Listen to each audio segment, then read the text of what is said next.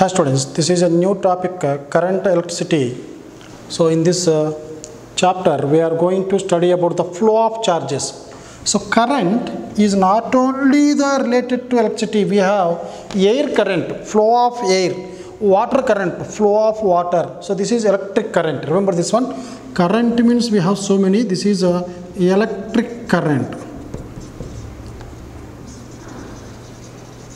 In the previous topic, that is electrostatics, we studied about charges at rest. So charges at rest, we call it as a study of charges at rest. We studied this as electrostatics. Now this is electric current is a flow of charge, and we call this as, this topic we call it as electrodynamics, because charge is moving here. So under this electrodynamics we have some lessons, that is current, electricity, moving charges, magnetism and matter, and we have EMI, and then we have AC, and then we have electromagnetic waves. All these 6 lessons comes under electrodynamics. Now, what is the difference between the charges at rest and the charges in motion? There, charges are rest because there is no force acting this one on that one. But here, even if a force is acting, it can move along a straight line, along the direction of the field only if a field is applied. But if you apply or supply a continuous electric field, then charges can flow continuously. So continuous flow of charges is required here for the electric current. Now, how to get that continuous supply or continuous electric pressure? Because we know that a fluid flows from high pressure to low pressure. Here we need electric pressure. So this electric pressure will be provided by the battery in this lesson or cell. So this is nothing but the voltage source, or simply the voltage.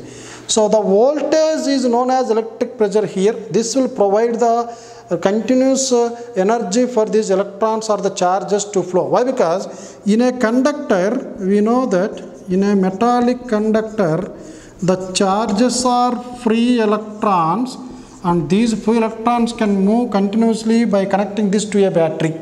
But if you take these gases as well as some electrolytes, for these we have positive as well as negative ions. Positive ions and negative ions are responsible for the flow of current. But it is found that, it is assumed that the flow of positive charge is the direction of flow of current. This is the very, very important point. Flow of positive charge is taken as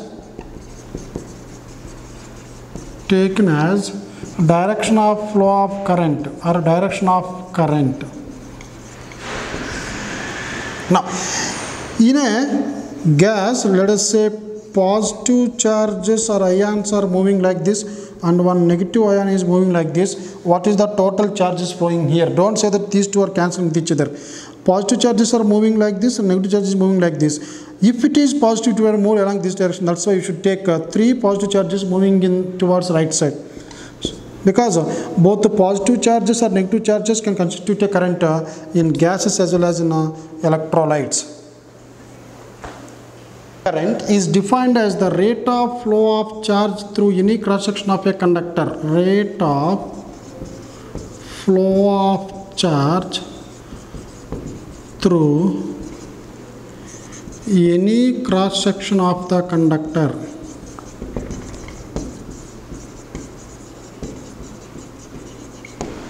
So we can write electric current denoted with the letter I, which is equal to charge by time, or if the charge is very small, d cube delta q by delta t.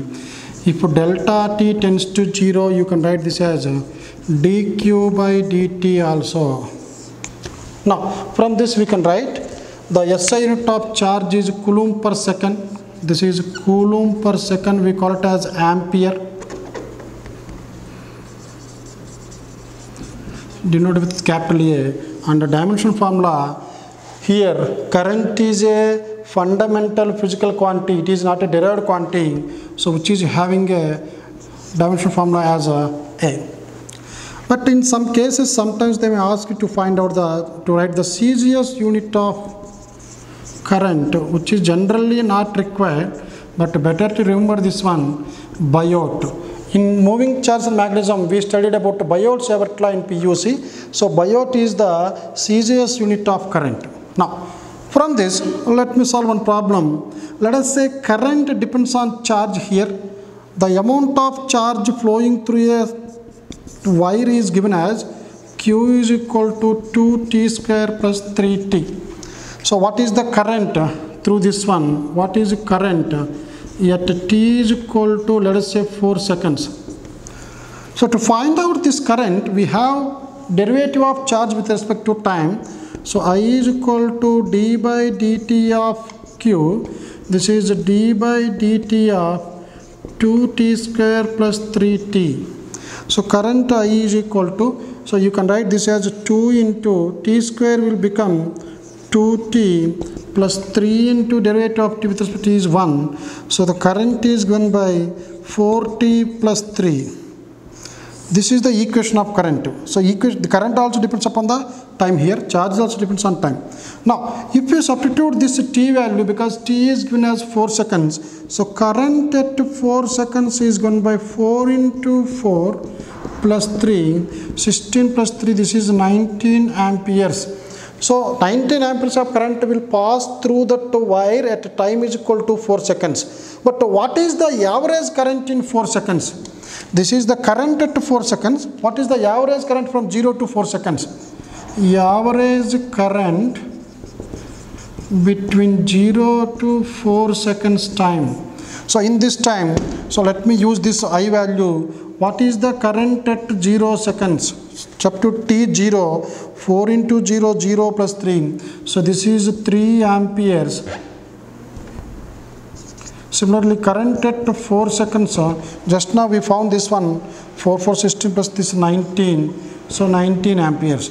So I average between these time period 0 to 4 seconds is given by 19 plus 3 by 2, that is 22 by 2. This is equal to 11 amperes. So remember the difference between this one. This is the current at 4 seconds. This is the average current from 0 to 4 seconds. So now similarly sometimes they may ask you to find out the amount of charge that is passing through a conductor if current is given. So here I is given as 2T plus 7. So what is the amount of charge flowing when T is equal to 2 seconds? What is the amount of charge flowing through this circuit? We know that I is equal to dq by dt. So from this dq is equal to I into dt, or q is equal to integral I dt. So I am going to write q is equal to integral I into dt. So these are limits from 0 to 2. So now this will be 0 to 2, I is equal to 2t plus 7, so which is given by 2t square by 2 plus 7t with limits 0 to 2. Now substitute here q is equal to 2 get cancelled, this will become t square plus 7t with limits 0 to 2. So now substitute here, t square is 2 square is 4. 7 2s are 14 minus 0. So this is 18 coulombs of charges flowing when t is equal to 2 seconds to this wire. Now, if a charged particle, let us say electron, is revolving in a circular orbit or radius or around a nucleus with an angular speed omega, what is the amount of current flowing through this orbit? We know that I will take this I is equal to q by t. If I write this as a small I, this will be q by t. But what is the time? Which time we have to consider? We need to consider the time taken by this charge to complete one revolution. So this is charge E by t. So this is the formula to find out the current through this one. But t is not given. We know that t is equal to 2 pi by omega. So in place of t you can write E by 2 pi by omega, you can write like this. So I is equal to E omega by 2 pi. So this is I value. Similarly, we know that this 1 by t is nothing but frequency. Current can also be written as E into F, where F is the frequency of revolution of this electron. Sometimes, instead of this omega, they may give the speed of the electron. Then we can write I is equal to E by t. E by time period is equal to total distance is 2 pi r, total speed is v. So this is another expression. So these are all the expressions to find out the current through a circular orbit. Now similarly, one more example. Let us say there is a wire through which some charge is flowing like this. Charge is entering from one end and leaving the other end. So when it is like this, you can see the amount of charge per unit length remains same. If there are 3 here, 3 here, 3. So we know this one, lambda is equal to Q by L. Now if you consider a small distance here dx, in this let us say dq charge is present and it is moving, it is not at rest. This dq charge is moving in a small interval of time dt. So what is the current through this wire? I can write this as dq by dt. But what is q? So q is equal to lambda into L. But what is this dq? So lambda is equal to q by L, which can also be written as dq by dx. So dq can be written as lambda into dx. So here I am going to write lambda into dx by dt. But what is this dx by dt? The rate at which the x is changing with respect to time. Let us say these charges are moving with a velocity v. So then I is given by lambda into v. So this is one more expression to find out the current through a wire. If you know the linear charge density lambda. We know that electric current is a fundamental physical quantity and also this is a scalar quantity. Even though current has direction, still we consider this as a scalar quantity. Why? Because the addition of current does not obey the parallelogram law of vector addition. For suppose, if a current of 3 amperes is coming here and 1 ampere is going outside, what is the amount of current that will flow through this wire? So when 3 amperes is entering to this node, 1 ampere is going there, it must be 2 amperes. Now similarly, if there are 2 wires which are meeting here and it is connected to a single wire, let us say this is 10 amperes, this is 12 amperes. The amount of current passing through this wire must be 10 plus 12, that is 22 amperes. Even if this angle is different, let us say this is now for 30 degrees, even if you bend this wire like this, this is 10 amperes, then also this current will be 22. That means we cannot apply parallelogram law of vector addition. That's why current has magnitude as well as current has direction, but still it is considered as a scalar quantity. Why? Because I, that is current, does not obey law of vector addition. That's why it is considered as a scalar. Now similarly, we will solve a problem based on this concept here. So there is a wire in which current is flowing from one end to the other end, from A to B only. There is no current from B to A, so in unidirection. Now what is the magnitude of the charge flowing through this wire, total charge flowing through this wire, if the current in this is given as I is equal to A minus BT. So this is the equation given. If I is equal to A minus BT, how to find the charge flowing through this one? Whatever the current that is flowing through this one, whenever the charge flows through this one, we can say that some current is flowing through this one. If the charge stops, then no current is said to be flow. So charge flows through the wire, charge flows through the wire till a current exists in the wire. So if the current becomes 0, then the charge will become 0. So till that current becomes 0, what is the quantity of charge that is flowing through this one we are finding. So you can have, we have this equation A minus BT is the given equation. So when the current will become 0, we will see A is a constant, B is a constant, but T is a variable. Let us say I is equal to, let I is equal to 0, yet T is equal to T naught. I is equal to 0 at T is equal to T naught. Substitute this one. I is 0, A is equal to A constant, B is a constant to T naught. So A is equal to B T naught, or T naught is equal to A by B. So the current through this wire will become 0 when the time is equal to A by B.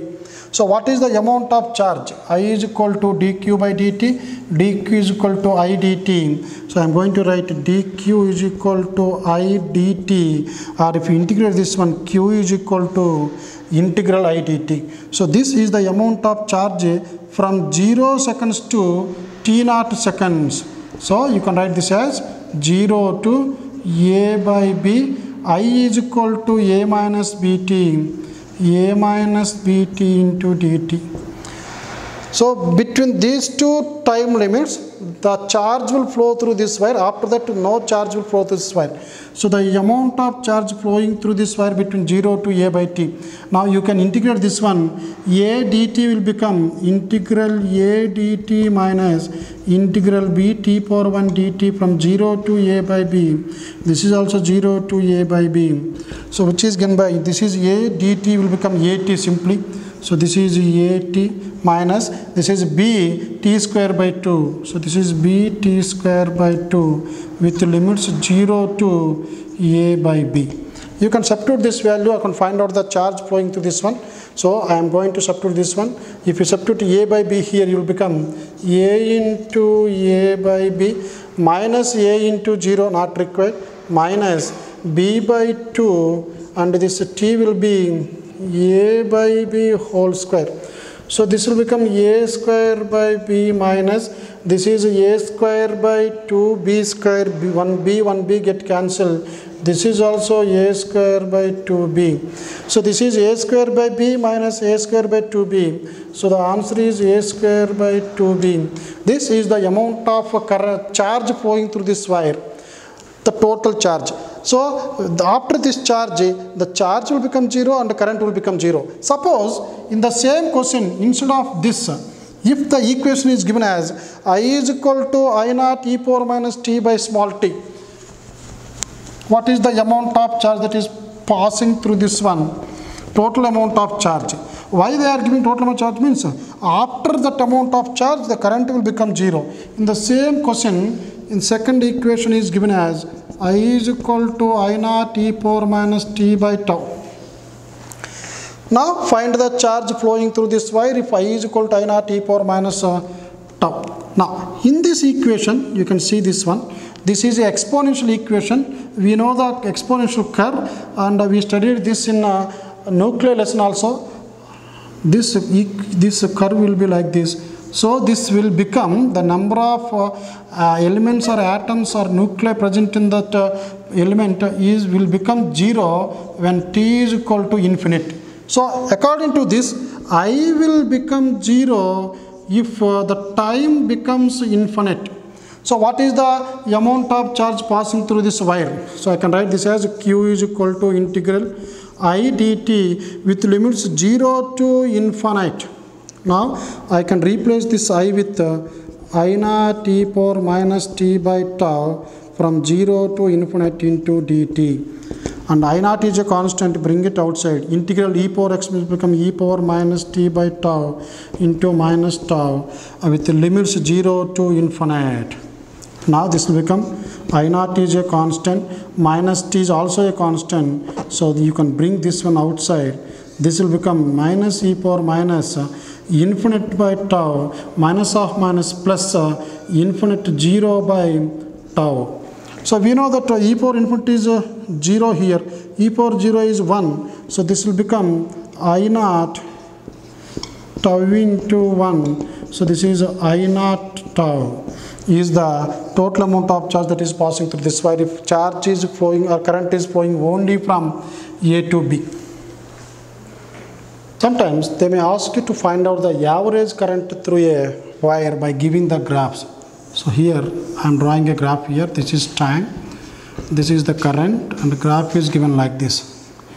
The maximum current here is 6 amperes and the time interval from here to here, let us say this is 4 seconds, this is 10 seconds. It is given like this. So this is in seconds, this is in amperes. So what is the average current here?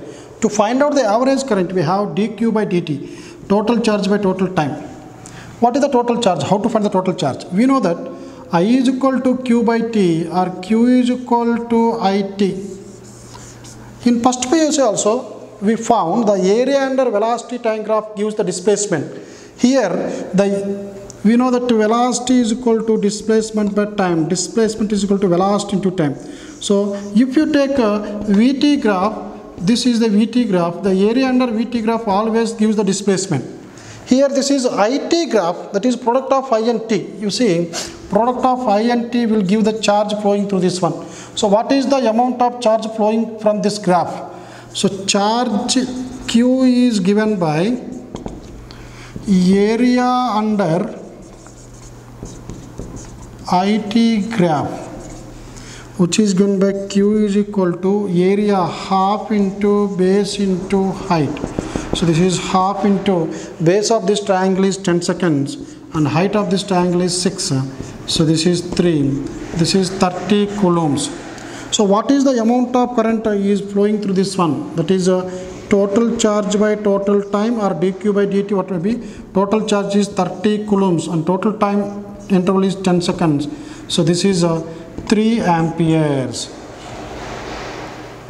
A current carrying conductor with a finite resistance would have electric field inside it. We know that if you take a conducting wire and if you apply one electric field here from left to right, this is the external electric field. External electric field, if you apply external electric field, now the electrons which are present here, I am talking about only about the free electrons. These free electrons which are present inside the conductor will move in the opposite direction to the applied electric field, because positive charge will move in the direction of the field, negative charge will try to move in the opposite direction to the field. Due to this, what happens? Electrons will be accumulated at this point. So all the electrons are moving in this direction, try to move in this direction. So this end will get a positive charge. So as a result, what happens? There exists electric field within this conductor, inside the conductor. So we know electric field always acts from positive to negative charge. This is the direction of the induced electric field here. Let us say external electric field is equal to 10 Newton per Coulomb. The induced electric field within this one is 8 Newton per Coulomb. Still there exists electric field in the left to right direction. Suppose if it becomes exactly 10 Newton per Coulomb, if the induced electric field becomes 10 Newton per Coulomb, then all these electrons will stop their motion and no further flow of electrons is allowed into this one. That means the external electric field is equal and opposite to the induced electric field. The net electric field inside this conductor will become 0 when it is placed in a uniform external electric field. So this is the uniform external electric field. So this conductor is placed in this one. That's why if external field and induced field are equal and opposite, net field will become 0, and this will get negative charge, this will get positive charge, and these two fields will nullify with each other. Net field will become 0. But what I am telling, a current carrying conductor which is carrying current with some finite resistance would have this electric field inside it. So what is the meaning of this one? Now let me take the same wire here. This is the wire. Now this is connected to a battery here. Now a battery, as it is connected to positive terminal this end, this will get a positive charge and this will get a negative charge. So the external electric field will be produced between the two ends, and similar to the previous diagram, this is E0, external electric field, and this is produced by battery here. Here it is produced by a charge here Q. Now the electrons which are positioned at different positions will try to move in this direction, and slowly these electrons will nullify the charges that are produced here. So this will get a negative charge here. Already positive charge is induced due to this one and negative charge, and here this will get positive charge. This and this will become, net field will become 0, here net field will become 0, because both these charges will be equal and opposite 0. But as it is having a power source like a battery, it will continue to induce this one, and these electrons will be taken by this one. A continuous flow of charge is possible if it is connected to a battery, and there exists a electric field within this one. So a current carrying conductor in which electrons are flowing continuously. Electrons are moving like this means positive charge would move in this direction. This is the flow of current. Here, without battery, generally these electrons, if you take a particular electron here, without battery,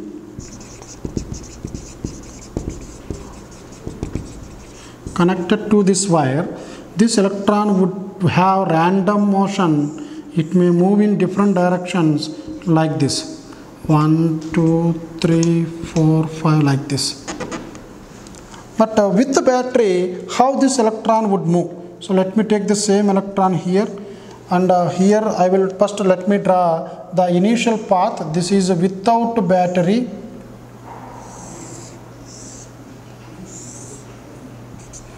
Without battery, it would have traveled along this path.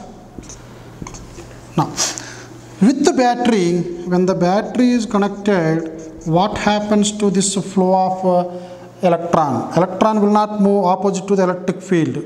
This is the applied electric field. Electron will not move in this direction. Actually, it will drift to the opposite direction of the applied electric field. Here, instead of going to this point, it would have traveled to this point. That means there is a drift here. There is a small drift. This is the direction of the external electric field, but here it will travel up to here. So after that, it will move in this direction. So there is some more drift here. Now it will move in this direction. So drift is like gradually increases, and it will move in this direction, and then it will move in this direction. So it will see, this is without battery, this is with battery. So this is the total drift.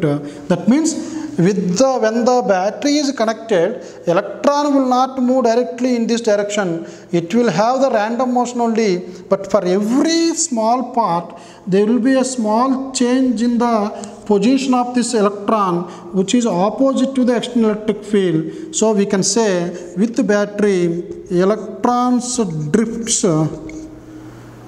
in the opposite direction of external electric field. So this is called the velocity acquired due to this applied electric field is called drift velocity. When the battery is connected here, these electrons are drifting in this direction opposite to the electric field. But in between, why they are changing their direction? Because of the frequent collision with atoms that are present inside this conductor. So due to frequent collisions between these free electrons and the atoms that are present inside one, or the ions. Why? Because some of the electrons are coming from the atoms, they will become ions. Or the surface of this conductor, due to this their velocity will slowly reduce, and they will get a constant velocity. We call it as a drift velocity. So the velocity acquired by these electrons due to the applied electric field is called drift velocity. But in between two collisions, electron will have some time which is called a relaxation time. The relaxation time is denoted with the letter tau. This is the mean time interval, mean time between two collisions. Now, What is this drift velocity? Drift velocity denoted with the letter Vd, which is given by u plus at, because this is the velocity acquired. What is this initial velocity? Initial velocity is the velocity of these electrons without electric field, or we call it as the thermal velocity. So the average drift velocity is given by average thermal velocity plus at. But what is this A and T? Where T is the relaxation time and what is the acceleration acquired by this electron? As it is moving due to the effect of this electric field, we know that force experienced by this electron is given by E naught E, which is equal to ma. So the acceleration acquired by this free electron is given by E naught into E by m, or simply E naught E by m. So this is the acceleration acquired by this electron. Now we can substitute this one. The average drift velocity produced, this symbol is used to find to represent the average velocity. This is 0 plus the acceleration is equal to E by m into the relaxation time t. This is the time interval between two collisions. But we know that this acceleration is opposite to this electric field. That's why this will become negative. So if you want to write in the vector form, this is v d bar. So we can write v d bar is equal to minus of E bar E tau by m. So clearly we can say that the drift velocity is opposite to E bar, or Vd bar is opposite to E bar. If you consider a small region here having a thickness dx, now what is the amount of current passing through this cross section? We know that I is equal to q by t, and q is equal to number of electrons passing per unit time into E, that is Ne by T. But how to get this N, the number of electrons per unit volume? We have N is equal to number of electrons per unit volume. So this is called free electron density. So in this one, what is the volume of this small strip? Area of this strip is A, this is A, and the thickness is dx. So volume will be A into dx. So you can write here, if you take the free electron density, that is electrons available for unit volume. So how to find the total electrons? That is N into V. So we can write this is N into E, total number of electrons into charge will become total charge by T, but N can be written as N into V into E by T. So I is equal to N into, what is the volume of this small strip in which the electrons are traveling within this small time dt, let me take. So this is area into thickness dx E by dt. This is dx by dt. As it is connected to the battery, dx by dt is the rate of change of displacement, which you call it as velocity. So this is N A E. This is drift velocity. So the drift velocity is given by I by N E A. This is another expression to find out the drift velocity. And here we have one more expression, drift velocity is equal to minus E tau by m. If you want to only magnitude, you can remove this minus. So we have two different equations. This is in terms of current and free electron density. Please remember this one. These are the number of electrons available for unit volume. So this is also equal to Vd is equal to E tau by m. Here, as the electrons are continuously flowing through this one opposite to the external electric field, the number of electrons that are leaving here are equal to the number of electrons that are entering here. Let us say 10 power 6 electrons are leaving within 1 second. 10 power 6 electrons will be supplied by the battery. So the battery will maintain the equal number of electrons and it will maintain the equal potential difference between these two, so that the positive charge would move or the negative charge would move in the opposite direction of the electric field. That's why if you take this current carrying conductor, it should be considered as a neutral body. Why? Because the net amount of charge is passing through any cross section will be constant, but the net charge within this will be always 0. So Q net is always 0. Of continuity for electrodynamics. So now if you take a conductor like this, whose area of cross section is changing continuously like this. So this is a wire of non-uniform cross section. If we take this cross section, let us say A dash, this is B dash, and let me take this as a C dash, and this is a D dash. It is found that the current through any cross section remains constant in steady state. So in steady state, that means when it reaches the steady states after accumulation of charges and all things are over, in steady state, current through any cross section remains constant. Now, let me take one more wire here. This is a wire having cross-section area A1 here. This is a uniformly varying cross-section here. This is non-uniformly varying cross-section. This is uniformly varying cross-section with the area A2. According to this, what we can say, the amount of current that is entering here, I1, is equal to amount of current that is leaving here. Even though cross-section area is different, from that concept you can say the amount of current entering is equal to amount of current leaving here. This never changes. Now, from this now, let me take the drift velocity equation. First of all, what about the current? Current I1 is equal to I2 in this case. So current at the entry is equal to current at the exit. Now, what is the drift velocity? The drift velocity is given by I by NEA. This is the expression. Here, as I is constant here, we can write as I is constant, Vd directly proportional to 1 by N is the number of electrons per unit volume. So if you take any unit volume, the number of electrons at any unit volume here in this volume is always constant. So for any metal, the number of electrons per unit volume is constant. So N is equal to number of electrons per unit volume. This is a constant for a given metal and nearly equal to 10 power 28.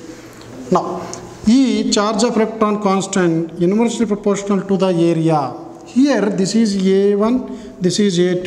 A2 greater than A1. So from this you can write Vd is equal to some constant K by A, or Vd into A is equal to constant.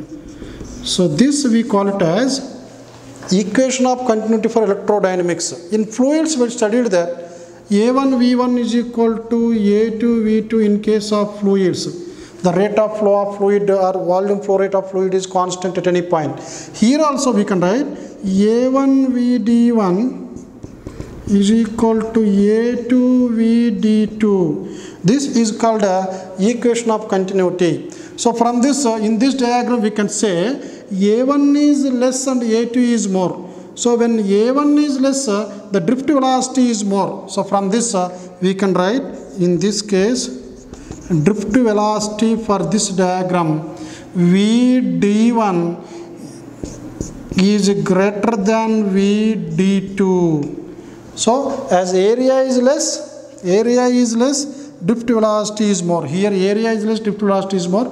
Here area is more, drift velocity will be less. So this is the drift velocity. Now, if you take the current density here, the amount of current passing through unit area, current density here. So let me use that current density concept here.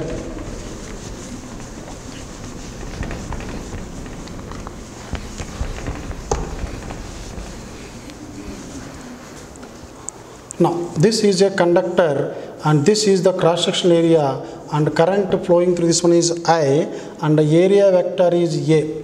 So it is found that the current for unit area is called current density. It is a vector, and area is also a vector. So I can be written as J bar dot A bar, or current is equal to JA cos theta. We know that while multiplying two vectors, we are getting a scalar, means this product is called dot product, and dot product A dot B is equal to AB cos theta. So current I is equal to JA cos theta. Now in the same diagram, let us say this is the wire, and if you take area vector like this, this is the cross sectional area, this is a area vector, and current is flowing in this direction. So how to find this current here? Current is the product of area vector and current density vector. So I can be written as J into A cos theta. So you can see this is the area vector, this is the theta, and the area vector in this direction is A cos theta. So you can use this one, or current density is equal to current by A cos theta. Now what is the current density in this case? We know that current density J is equal to current by area. We know that through any cross section I1 is equal to I2, that is the first point, current will be same. So what is the ratio between J1 and J2? First current I1, area A1, area less, current density is more. So we can write J1 greater than J2, as area is less, current density is more. Similarly, suppose if you want to find out the electric field relation between this point 1 and 2, so how they varies, where the electric field is more and where the electric field is less. We know that drift velocity is equal to E tau by m. Charge of electron, mass of electron is constant, this is relaxation time. Vd directly proportional to electric field. So in this case, as Vd is more initially, here we have drift velocity is more at the entry, that is 0.1, and this is 0.2. At the entry, drift velocity is more. So drift velocity directly proportional to electric field. That's why we can write electric field at the first point is greater than the electric field at the second point.